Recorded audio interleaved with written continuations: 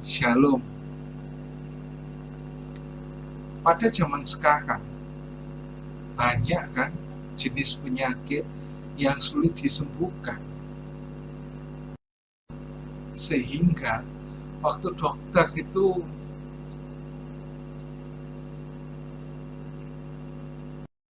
maksimal mungkin, tapi kesembuhan tidak kunjung terjadi, bahkan yang sampai meninggal gitu ya. Merasa sudah maksimal, tapi akhirnya meninggal, yaitu memang kehendak Tuhan. Nah, di dalam Matius 8 ayat 17 dikatakan, hal ini terjadi supaya genaplah firman Tuhan yang disampaikan oleh Nabi Yesaya.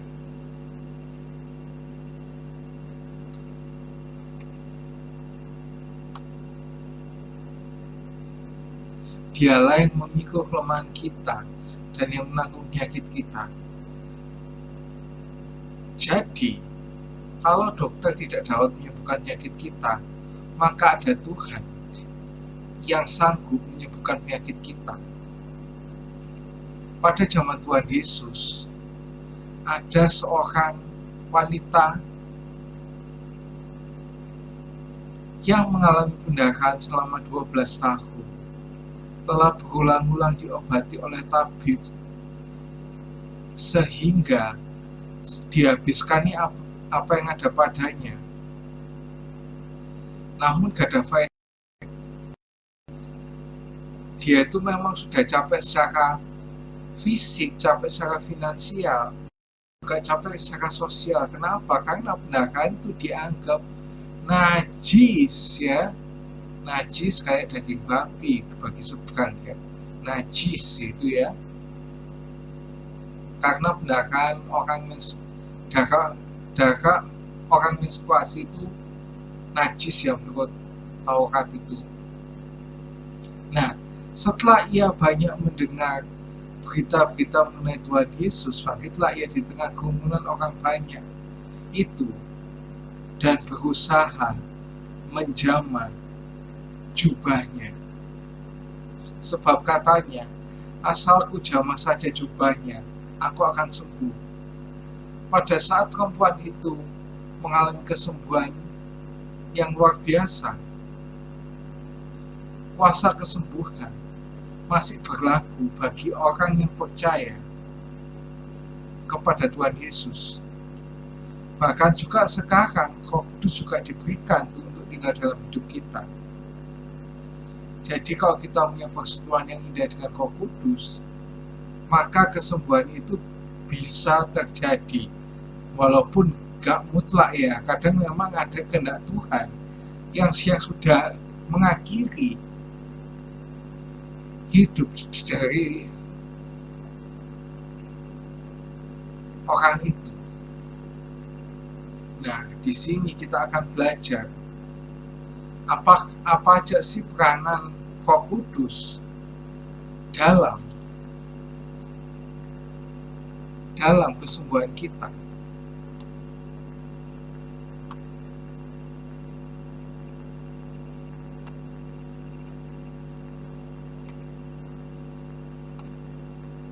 Yang pertama itu Roh Kudus itu memberikan iman. Iman kepada yang mendoakan ya. Seperti yang katakan di 1 Korintus 12 ayat yang ke-9. Kepada yang seorang kau memberikan iman, dan kepada yang lain yang memberikan karunia untuk menyembuhkan. Nah, iman itu bisa, karena iman itu orang itu bisa sembuh ya. Tapi enggak mutlak gitu loh ya. Enggak, itu kayak contohnya di Matius 9 ayat 28-29. Ketika Yesus masuk dalam sebuah rumah, datanglah kedua orang buta itu kepadanya, dan Yesus kata kepada mereka, percayakah kamu bahwa aku dapat melakukannya? Mereka menjawab, ya Tuhan, kami percaya. Lalu Yesus menjamah mata mereka, Maka berkata, jadilah kepadamu menurut imanmu. Nah, pemberitaan itu firman Tuhan itu sangat penting. Kenapa? Karena iman timbul kan akan firman Tuhan. Dan karena pemberitaan itu, Roh Kudus itu bisa bekerja. Karena apa? Karena gak ada seorang pun yang bisa mengaku Yesus adalah Tuhan tanpa pertolongan Roh Kudus. Seperti yang dikatakan di 1 Korintus 12 ayat yang ketiga.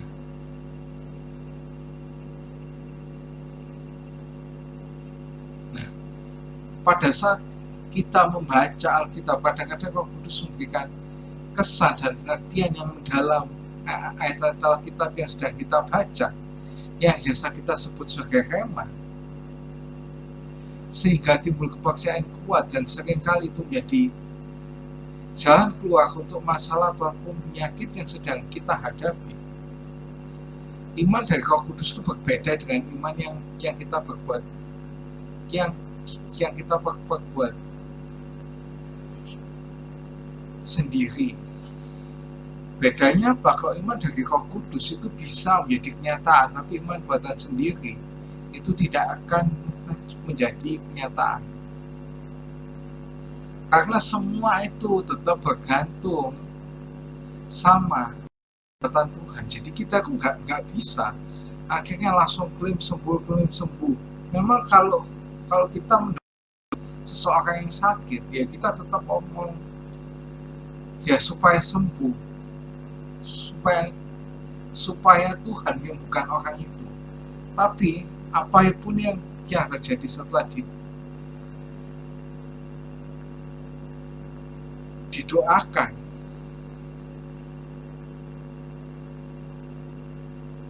yaitu urusannya Tuhan, ya, bukan lagi urusan yang mendoakan gitu. Terus yang kedua, selain Roh Kudus itu ngasih iman, Roh Kudus juga ngasih kekuatan. Dan itu satu yang ketujuh dikatakan, sebab Allah memberikan kepada kita bukan roh ketakutan, melainkan roh yang kekuatan, kasih, dan ketertiban. Roma 15 ayat 13. Semoga Allah sumber pengharapan memenuhi kamu dengan segala sukacita dan damai sejahtera dalam iman, supaya oleh kekuatan Roh Kudus kamu berlimpah-limpah dalam pengharapan. 2 Korintus 4 ayat yang ke-7. Tetapi harta yang kami punya dalam tanah liat ini, supaya nyata bahwa kekuatan yang melimpah-limpah itu berasal dari Allah, bukan dari kami. Nah, waktu kita sakit dan sudah memohon kesembuhan sama Tuhan, seringkali kita nggak langsung mengalami kesembuhan, atau bahkan tidak mengalami kesembuhan sama sekali sampai kita dipanggil Tuhan. Nah, disinilah kita seharus diberi kekuatan untuk tetap bertahan dan percaya bahwa Tuhan Yesus masih menyertai kita dan pasti tetap bersama-sama dengan kita, ya pastinya. Dan juga mungkin di suatu saat Tuhan itu menyembuhkan penyakit kita, ya.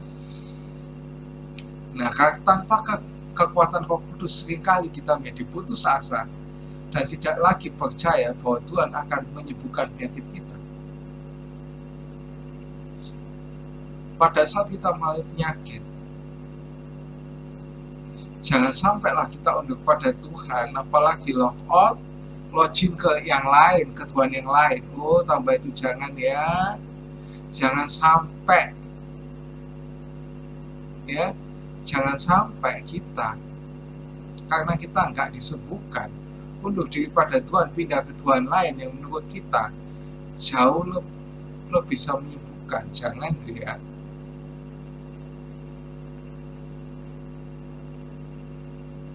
Nah, justru di sini kita malah harus melekat pada Tuhan. Tingkatkan persekutuan kita dengan Roh Kudus, sebab Roh Kudus akan memberikan kekuatan dan sukacita. Sebab hati yang gembira itu adalah obat yang manjur, tapi semangat yang patah itu mengeringkan tulang. Tuhan tuh nggak pernah ya merencanakan hal kecelakaan untuk kita.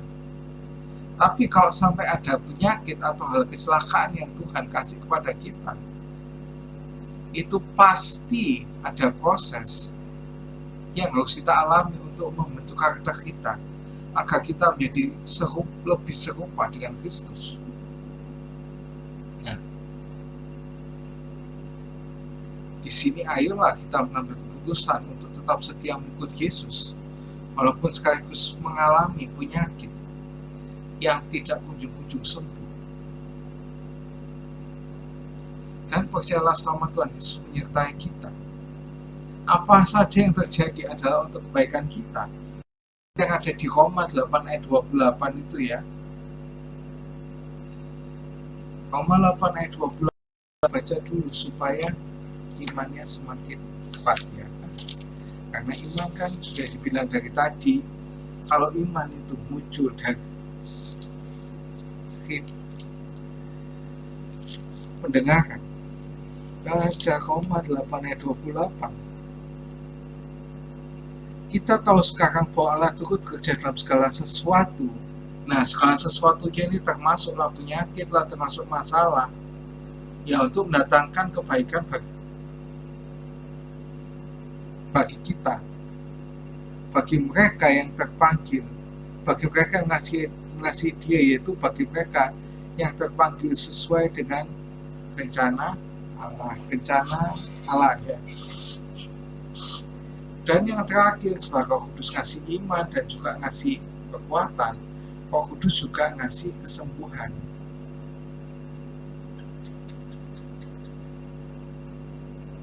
Ya, yang menyembuhkan tetaplah ya, karena Roh Kudus itu bagian dari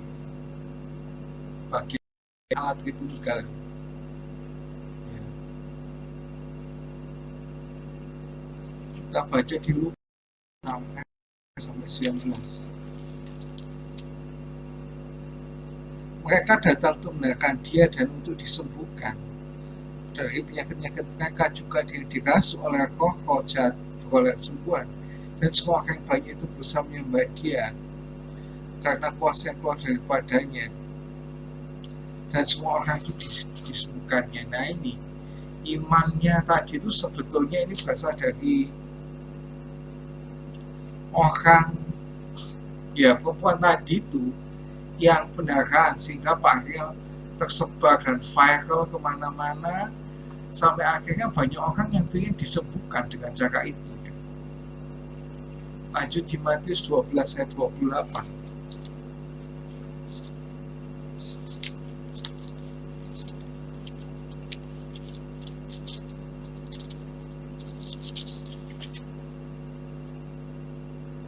Tetapi jika aku mengusir setan dengan kuasa Roh Allah, maka sungguhnya kerajaan Allah sudah datang kepadamu. Lukas 5 ayat yang 17. Ini juga akan kita bahas di bulan depan ya, di bulan Juli. 5 ayat yang 17. Pada suatu ketika Yesus mengajar orang Farisi dan orang ahli Taurat mendengarkan Dia. Mereka datang dari semua desa di Galilea dan Yudea dan dari Yerusalem. Kuasa Tuhan menyertai Dia sehingga Ia dapat menyembuhkan orang yang sakit. Nah, Tuhan Yesus memuji perempuan Kanaan karena sudah direndahkan dalam tanda kutip, yaitu maksud tidak merendahkan oleh Tuhan Yesus dengan tidak patut mengambil roti yang disediakan bagi anak-anak dan melemparkannya kepada anjing. Tetapi perempuan Kanaan itu menjawab, benar Tuhan, namun anjing itu makan remah-remah yang jatuh dari meja tuannya. Nah, ini anjing peliharaan ya, bukan anjing sembarangan. Kalau anjing dogi-dogi peliharaan yang kita punya, ada berapa mungkin punya di sini, ya pasti kita masuk dalam koma ya. Nggak mungkin sangat-sangat dikendalikan gimana ya. Lawang kalau anjing ginian itu kadang dianggap sebagai kelompok, bisa bisa tidur bareng di atas ranjang juga ya. Maka itu dia kadang kan ya tetap meskipun kalau makan kan dapat kemakan roti, kadang kemakan ayam, tulang dan sebagainya kan ya. Nah, Tuhan Yesus katakan, hai ibu, besar imanmu, jadilah kepadamu seperti yang kukendaki. Dan seketika anaknya itu juga sembuh. Kita tidak boleh putus asa dan kita harus mempertahankan bahwa Roh Kudus pasti menyembuhkan penyakit kita. Nah, sekali lagi Tuhan nggak pernah rencanakan terus kita sakit. Ya. Tapi ya kalau kita sampai sakit pun Tuhan pengen kita lebih serupa dengan Kristus itu. Tapi seringkali iman kita sudah nggak ada, sudah tidak ada ketika Tuhan itu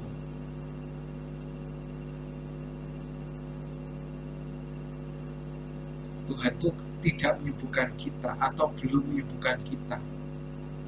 Maka itu selain memberikan kekuatan, kesembuhan juga bisa juga diberikan ya sama